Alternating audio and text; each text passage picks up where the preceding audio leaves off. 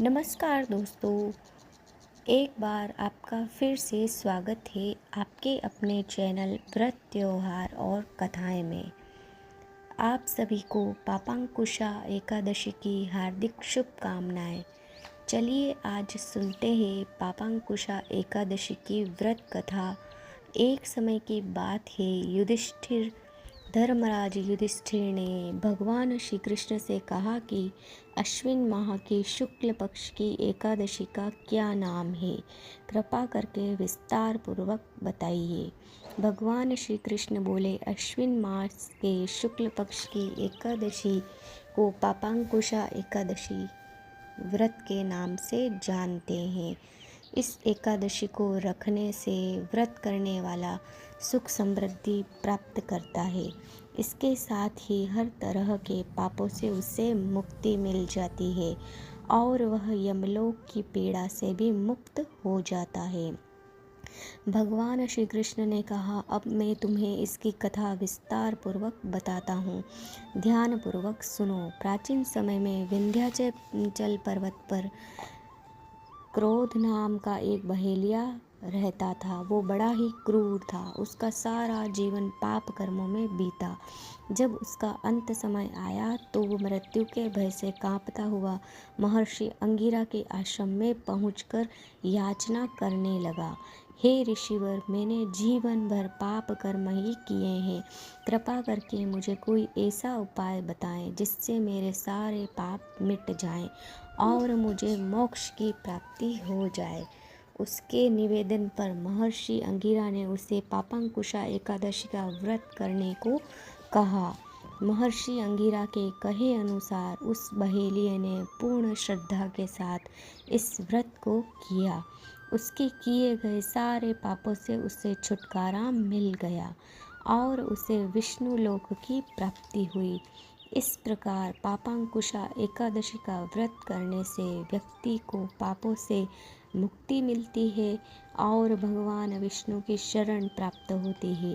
भगवान श्री कृष्ण ने कहा, युधिष्ठिर, पापों का नाश करने वाली इस एकादशी को पापांकुशा एकादशी कहते हैं।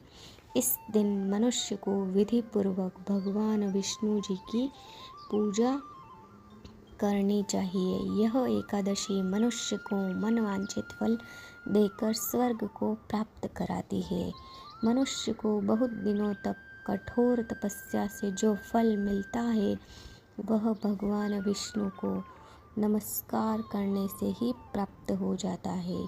और जो मनुष्य अज्ञानवश अनेक पाप करते हैं परंतु हरि को नमस्कार करते हैं, वे नरक में नहीं जाते।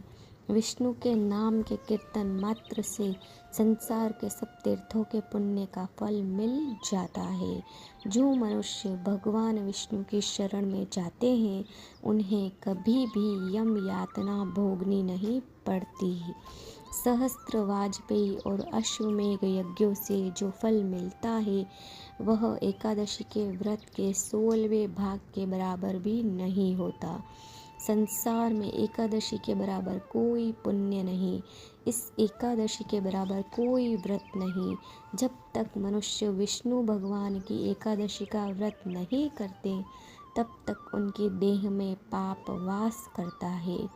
हे नपुम, बाल्यावस्था, युवावस्था, वृद्धावस्था में इस व्रत को करने से पापी मनुष्य भी दुर्गति को प्राप्त ना होकर सद्गति को प्राप्त होते हैं। अश्विन माह की शुक्ल पक्ष की इस पापांकुशा एकादशी का व्रत जो मनुष्य करते हैं वे अंत समय में हरि लोक को प्राप्त होते हैं तथा समस्त पापों से मुक्त हो जाते हैं। सोना, तिल, भूमि, गो, अन्न, जल, छत्री तथा जूती दान करने से मनुष्य को यमराज नहीं देखने पड़ते। जो मनुष्य किसी प्रकार के पुण्य कर्म किए बिना जीवन के दिन व्यतीत करता है वह लोहार की भट्टी की तरह सांस लेता हुआ निर्जीव के समान ही है। निर्धन मनुष्य को भी अपनी शक्ति के अनुसार दान करना चाहिए तथा धन वालों को सरोवर, बाग, मकान आदि बनवाकर दान करना चाहिए। इससे मनुष्य को यम का द्वार नहीं देखना पड़ता तथा संसार में दीर्घ आयु होकर धनाढ्य और समृद्ध और रोग रहित रहते हैं। यह थी पापंकुशा एकादशी की व्रत कथा। आपको यह कथा कैसी लगी कमेंट करके ज़रूर बताएं। साथ ही मेरे चैनल व्रत त्योहार और कथाएं को सब्सक्राइब करना ना भूलें। जय श्री हरि, जय श्री कृष्णा, धन्यवाद।